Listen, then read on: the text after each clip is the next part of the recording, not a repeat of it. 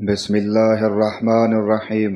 زبیر بن عوام رضی اللہ عنہ سے روایت ہے کہ نبی کریم صلی اللہ علیہ وآلہ وسلم نے فرمایا، اگر کوئی شخص رسی لے کر لکڑیوں کا گٹھا لائے پھر اسے بیچے اور اس طرح اللہ تعالیٰ اس کی آبرو محفوظ رکھے تو یہ اس سے بہتر ہے کہ وہ لوگوں کے سامنے ہاتھ پھیلائے اور بھیک اسے دی جائے یا نہ دی جائے، اس کی بھی کوئی امید نہ ہو۔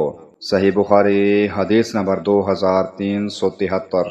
جابر بن عبداللہ رضی اللہ عنہما نے بیان کیا کہ میں رسول اللہ صلی اللہ علیہ وآلہ وسلم کے ساتھ ایک غزوے میں شریک تھا۔ آپ نے فرمایا، اپنے اونٹ کے بارے میں تمہاری کیا رائے ہے؟ کیا تم اسے بیچو گے؟ میں نے کہا ہاں۔ چنانچہ اونٹ میں نے آپ صلی اللہ علیہ وآلہ وسلم کو بیچ دیا، اور جب آپ صلی اللہ علیہ وآلہ وسلم مدینہ پہنچے تو صبح اونٹ کو لے کر میں آپ کی خدمت میں حاضر ہو گیا۔ ان حضرت صلی اللہ علیہ وآلہ وسلم نے مجھے اس کی قیمت ادا کر دی۔ صحیح بخاری حدیث نمبر 2385۔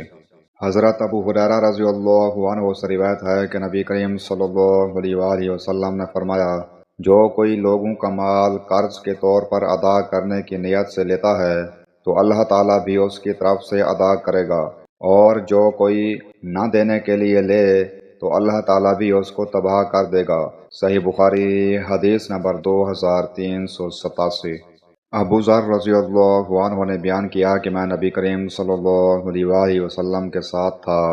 آپ صلی اللہ علیہ وآلہ وسلم نے جب دیکھا آپ کی مراد احد پہاڑ کو دیکھنے سے تھی تو فرمایا کہ میں یہ بھی پسند نہیں کروں گا کہ احد پہاڑ سونے کا ہو جائے تو اس میں سے میرے پاس 1 دینار کے برابر بھی 3 دن سے زیادہ باقی رہے، سوا اس دینار کے جو میں کسی کا قرض ادا کرنے کے لیے رکھ لوں۔ پھر فرمایا، دنیا میں دیکھو جو زیادہ مال والے ہیں وہی محتاج ہیں، سوا ان کے جو اپنے مال و دولت کو یوں اور یوں خرچ کریں۔ ابو شہاب راوی نے اپنے سامنے اور دائیں طرف اور بائیں طرف اشارہ کیا، لیکن ایسے لوگوں کی تعداد کم ہوتی ہے۔ پھر آپ نے فرمایا، یہیں ٹھہرے رہو، اور آپ تھوڑی دور آگے کی طرف بڑھے۔ میں نے کچھ آواز سنی جیسے آپ کسی سے باتیں کر رہے ہوں۔ میں نے چاہا کہ آپ کی خدمت میں حاضر ہو جاؤں، لیکن پھر آپ کا فرمان یاد آیا کہ یہیں اس وقت تک ٹھہرے رہنا جب تک میں نہ آ جاؤں۔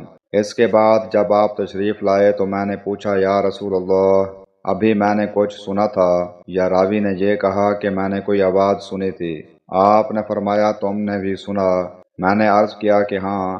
آپ نے فرمایا کہ میرے پاس جبرائیل علیہ السلام آئے تھے اور کہہ گئے ہیں کہ تمہاری امت کا جو شخص بھی اس حالت میں مرے کہ وہ اللہ کے ساتھ کسی کو شریک نہ ٹھہراتا ہو تو وہ جنت میں داخل ہوگا۔